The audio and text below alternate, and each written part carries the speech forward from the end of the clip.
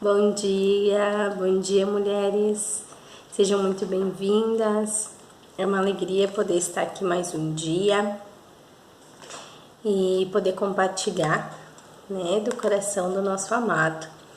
Como eu disse anteriormente, nós tivemos até aqui uma introdução, creio que um preparar do Senhor para os nossos corações, para podermos receber tudo aquilo que Ele tem para nós. Como vocês já viram, no título do devocional de hoje é o grande mistério. E é um mistério que muitas vezes por nós passa despercebido, mas que hoje o Espírito Santo quer trazer essa verdade para o nosso coração. Tem um ministro que fala e eu vejo dessa forma também e gosto de falar que a palavra de Deus é como a sombra de uma realidade. Aí você vai pensar, não entendi, né? O que é a sombra?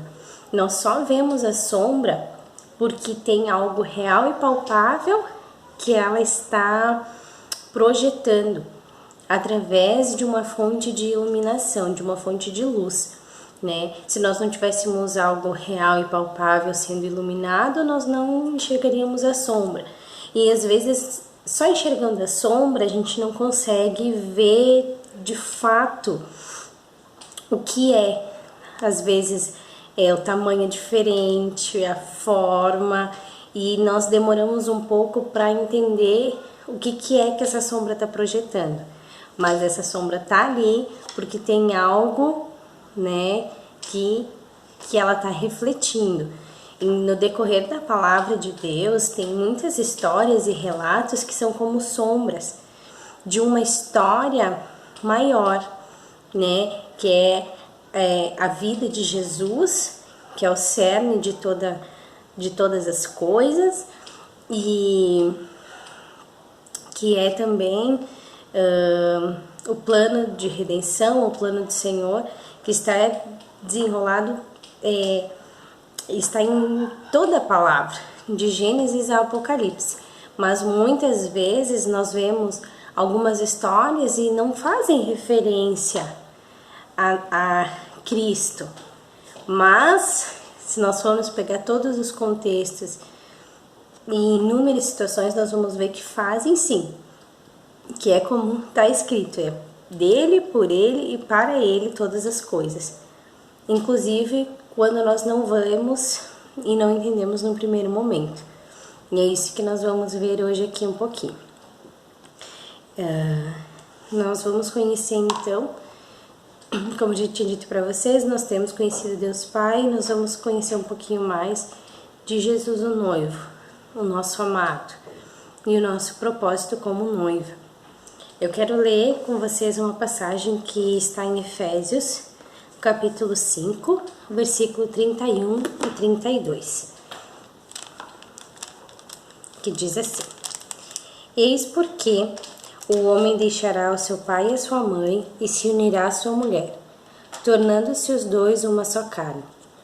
Grande é este mistério, mas eu me refiro a Cristo e à igreja.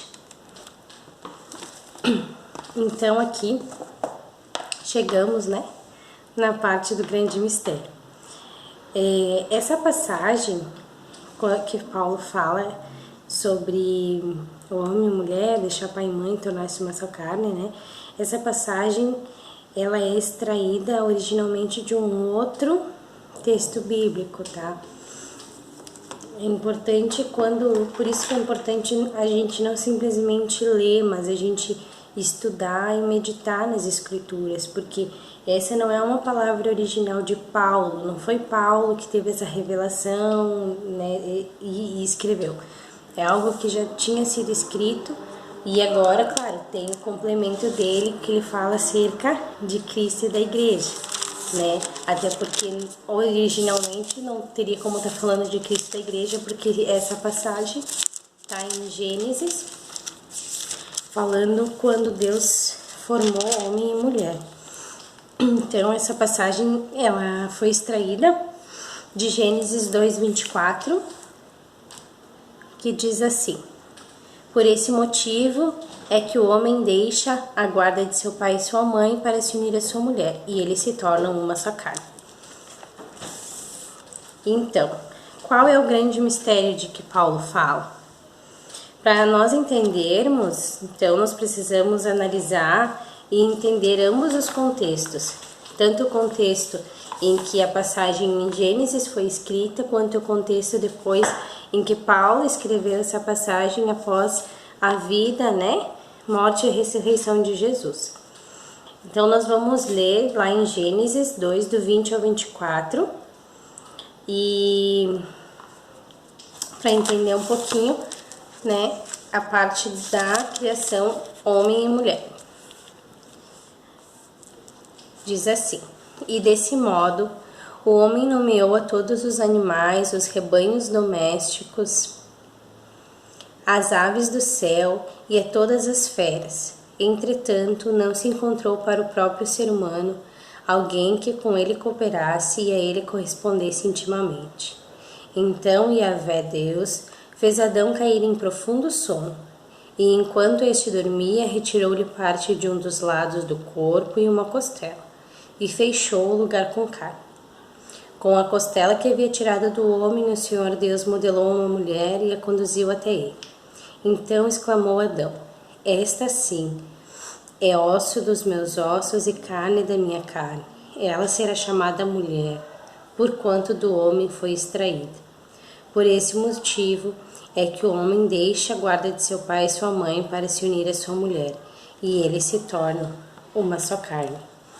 Aqui então, fala que Deus criou o homem, colocou todas as coisas sobre o domínio dele na terra, para que ele cuidasse, para que ele governasse sobre todas as coisas.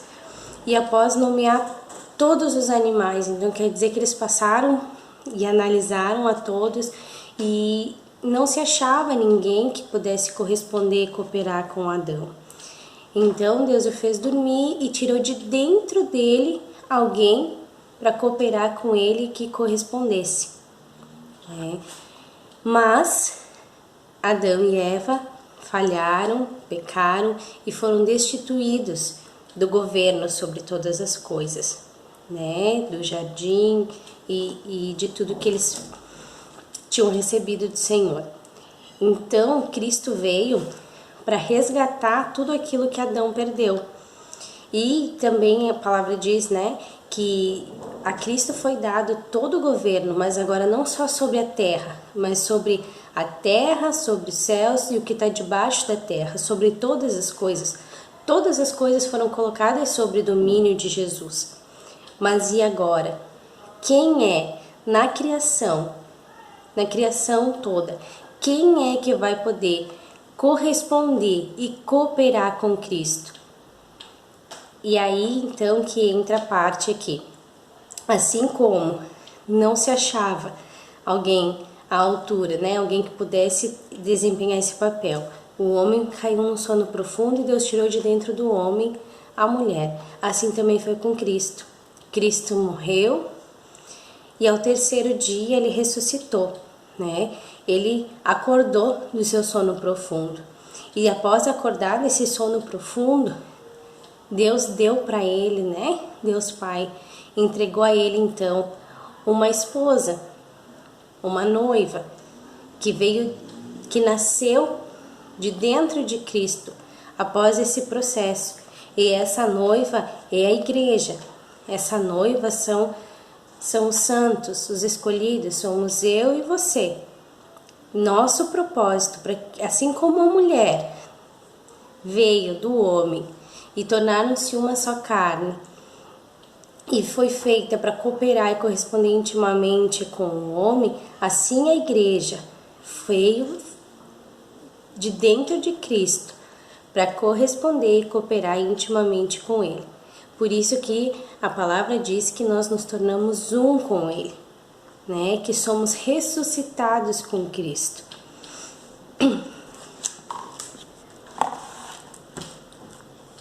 Eu quero ler com vocês mais uma passagem que está em João.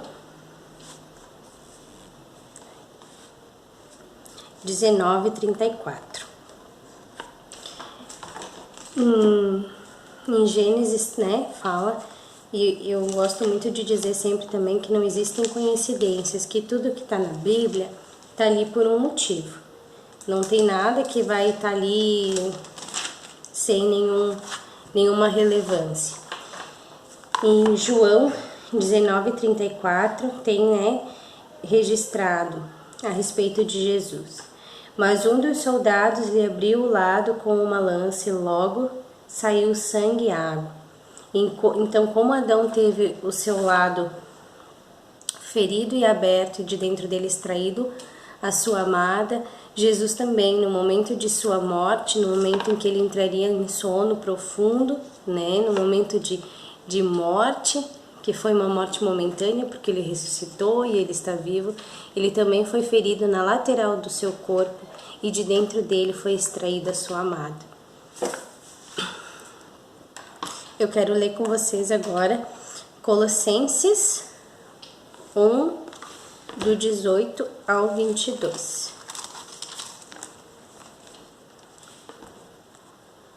E diz assim: Ele é a cabeça do corpo, que é a igreja. Ele é o princípio, o primogênito dentre os mortos, para ter a primazia em todas as coisas. Porque Deus achou por bem que nele residisse toda a plenitude, e que, havendo feito a paz pelo sangue da sua cruz, por meio dele reconciliasse consigo mesmo todas as coisas, quer sobre a terra, quer nos céus. E vocês, que no passado eram estranhos e inimigos no entendimento pelas obras más que praticavam, agora, porém, ele os reconciliou no corpo da sua carne, mediante a sua morte, para apresentá-los diante dele santos, inculpáveis e irrepreensíveis. Então, para concluirmos, assim como a mulher é carne da carne, osso dos ossos do homem, né, na sua criação, assim a igreja, a noiva de Cristo, é carne da sua carne, osso dos seus ossos, né, mediante a sua morte e ressurreição. Quando Deus Pai nos vê, Ele vê a Jesus, nós somos um só, mediante a esse sacrifício, mediante o preço que Cristo pagou na cruz por nós. E assim como a mulher nasceu para corresponder intimamente, para cooperar com o homem, assim a noiva e a igreja de Cristo nasceu para corresponder intimamente e cooperar com Ele. Então, esse é o nosso propósito, é para isso que nascemos. Amém? Que você possa refletir, guardar essa palavra no teu coração e nós continuaremos nessa jornada. Amém? Deus abençoe e até amanhã.